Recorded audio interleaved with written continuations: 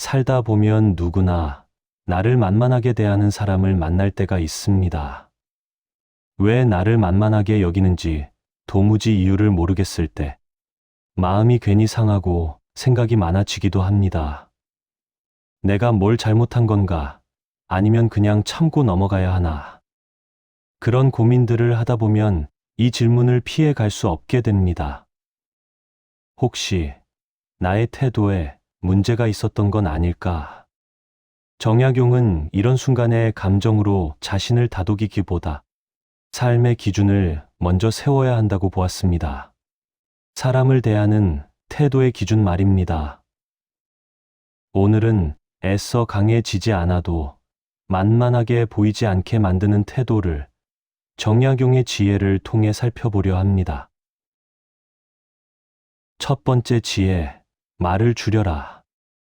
정약용은 말이 많아지는 태도를 경계했습니다. 그가 경계한 것은 쓸데없고 의미 없는 말을 많이 하는 태도였습니다. 무게 없는 말이 반복되면 그 말을 하는 사람 자체도 한없이 가벼워 보일 수 있습니다. 그는 학문이든 정치든 말이 사실과 실천에서 멀어질수록 사람을 바르게 만들지 못한다고 보았습니다. 그래서 그는 꾸민 말로 사람을 감동시키는 학문을 끝까지 경계했습니다. 이는 공허한 이론과 말잔치를 뜻하는 공리공담을 경계해온 그의 일관된 자세이기도 합니다. 목민심서에서 정약용은 관리의 말 한마디가 백성에게 어떤 영향을 미치는지를 반복해서 강조합니다. 말이 가벼우면 판단도 가벼워지고 판단이 가벼우면 억울한 사람이 생긴다는 것입니다. 그래서 그는 분노, 감정, 선입견이 섞인 말을 특히 경계했고 말보다 사실과 증거, 그리고 절제된 언어를 우선해야 한다고 보았습니다. 이 태도는 흠음신서에서도 이어집니다. 감정적으로 말하고 판단하는 순간 공정함은 무너진다는 것이죠. 이런 정약용의 생각을 오늘의 인간관계로 가져오면 분명한 메시지가 하나 드러납니다. 쓸데없는 말이 많아질수록 남들에게 만만하게 보이기 쉽다는 사실입니다. 감정을 풀어내는 말, 필요 없는 농담, 스스로를 변명하는 말이 반복될수록 경계는 흐려지고 태도는 가벼워 보이기 쉽습니다. 반대로 말수가 적고 꼭 필요한 말만 하는 사람에게는 자연스럽게 선이 생깁니다. 그 선은 굳이 드러내지 않아도 상대가 함부로 넘지 못하게 만드는 선입니다. 여기서 중요한 것은 침묵이 아닙니다. 정약용이 말한 말을 줄이라는 조언은 아무 말도 하지 말라는 뜻이 아니라 말의 무게를 지키라는 뜻입니다. 이는 실사구시, 즉 말보다 사실을 중시하는 태도이며 경의 정신, 마음을 곧게 세우고 가벼운 언행을 삼가는 태도이기도 합니다. 이 두 가지가 합쳐질 때 사람은 자연스럽게 만만하게 보이지 않게 됩니다. 결국 정약용이 말한 첫 번째 태도는 단순합니다. 사람들에게 존중받기 위해 더 강해질 필요는 없습니다. 말을 줄이고 말의 기준을 높이는 것. 그것만으로도 사람을 대하는 우리의 위치는 달라지기 시작합니다. 두 번째 지혜, 선을 그어라. 정약용은 사람 사이에서 문제가 생기는 순간을 갈등이 시작될 때가 아니라 경계가 무너질 때라고 보았습니다.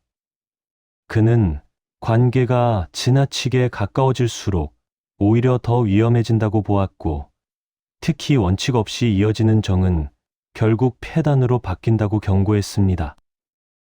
이 생각은 목민심서 전반에 반복해서 등장합니다. 관리가 백성과 친구처럼 지내고 사적인 부탁을 들어주며 관계의 거리를 흐리기 시작하면 그 순간부터 공적인 판단은 무너진다는 것이었습니다. 그 관계가 결국 사사로움과 부패로 이어지는 것입니다. 다산 정약용은 사람됨에는 반드시 지켜야 할 선이 있고 그 선을 넘는 순간 좋은 뜻의 정조차 폐단으로 바뀐다는 인식이 분명했습니다. 그래서 그는 정도는 분명히 지키되 휘둘리지 말라는 메시지를 여러 글과 서간문에서 반복합니다. 원칙을 세우지 못한 관계는 오래 갈수록 서로를 망친다는 뜻이기도 합니다. 정이 깊어질수록 원칙이 흔들리고 원칙이 흔들리면 판단은 감정에 끌려가게 된다는 점을 그는 누구보다 경계했습니다. 그래서 관계에서는 친절함보다 먼저 뒤준과 거리가 필요하다고 보았습니다. 이 생각을 오늘의 인간관계로 옮겨보면 우리가 흔히 겪는 오해 하나가 떠오릅니다. 사람들은 자꾸 착한 사람을 만만하게 봅니다. 부탁을 거절하지 못하고 불편한 요구에도 웃으며 넘기고 선을 넘는 말이나 행동에도 참고 견디다 보면 어느새 관계의 균형은 무너집니다. 그 과정에서 우리는 착한 사람이 되지만 동시에 만만한 사람이 되기도 합니다. 문제는 착함 그 자체가 아니라 착함의 경계가 없을 때입니다. 정약용의 관점에서 보면 관계에서 선을 긋는 일은 이기적인 행동이 아니라 즉 바른 행동을 지키는 일입니다. 관계에는 보이지 않지만 분명히 존재해야 할 선이 있고 그 선을 지키는 것이 곧 바른 행동의 원칙입니다. 무조건 들어주는 것이 덕이 아니라 거절할 것은 정중하게 거절하는 것 또한 덕이라는 생각입니다.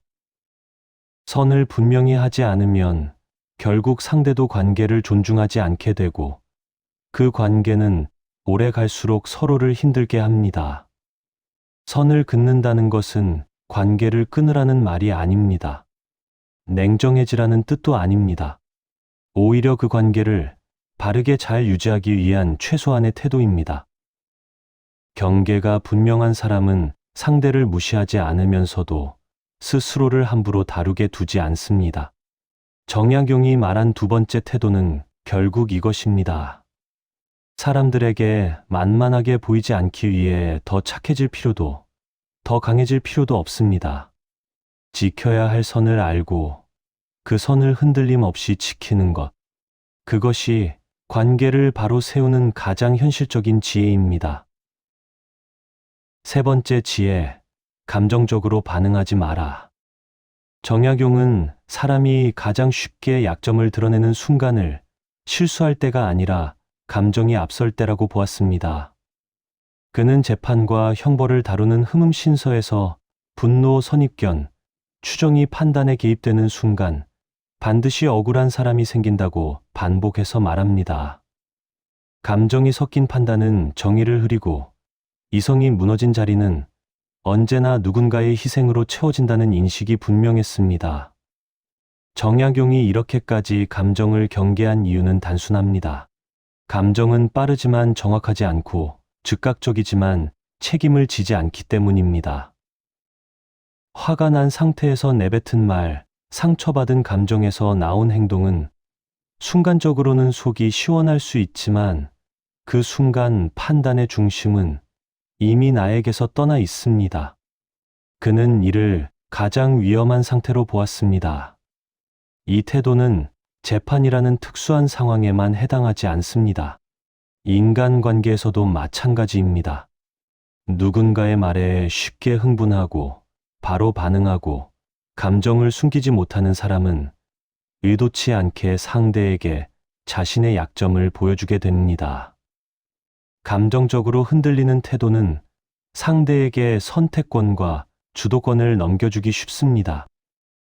그래서 사람들은 본능적으로 감정을 드러내는 사람보다 조용히 중심을 지키는 사람을 함부로 대하지 못합니다. 정약용이 말한 감정을 누르라는 조언은 감정을 억압하라는 뜻이 아닙니다.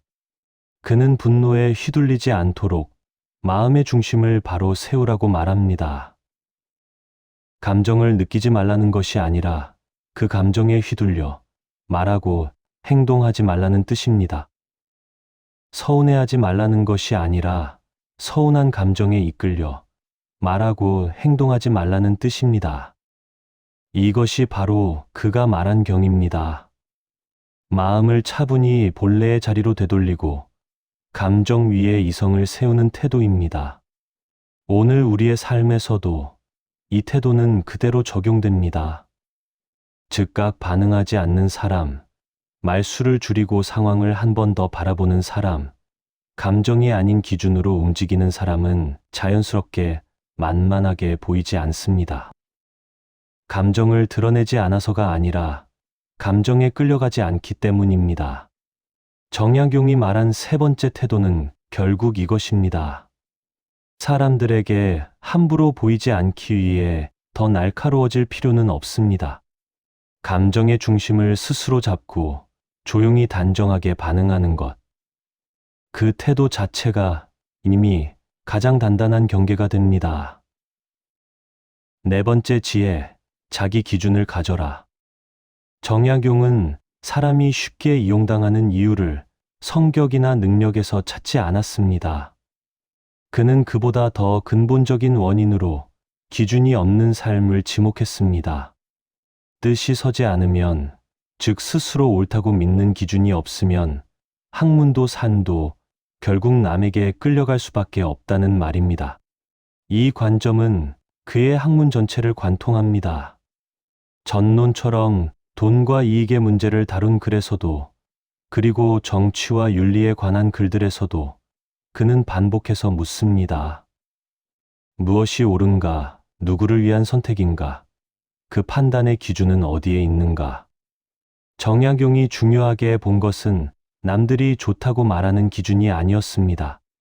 그는 옳고 그름의 기준을 세우고 그 기준을 백성을 지키는 현실 속에서 어떻게 구현할 것인지를 끝까지 고민했습니다. 말로는 그럴듯하지만 실제 삶에서는 작동하지 않는 기준을 그는 경계했습니다. 그래서 그는 실사구시, 곧 말보다 사실을 중시하고 남의 말이 아니라 스스로 확인하고 판단하는 태도를 무엇보다 중요하게 여겼습니다. 기준이란 남에게 보여주기 위한 것이 아니라 스스로를 세우기 위한 것이어야 한다는 인식이 분명했습니다. 이 생각을 오늘 우리의 인간관계에 가져오면 익숙한 장면이 떠오릅니다. 남의 눈치를 기준으로 삼고 상대의 반응에 따라 태도를 바꾸며 거절하지 못한 채 친절을 반복하다 보면 어느 순간 우리는 스스로도 모르게 휘둘리는 위치에 서게 됩니다.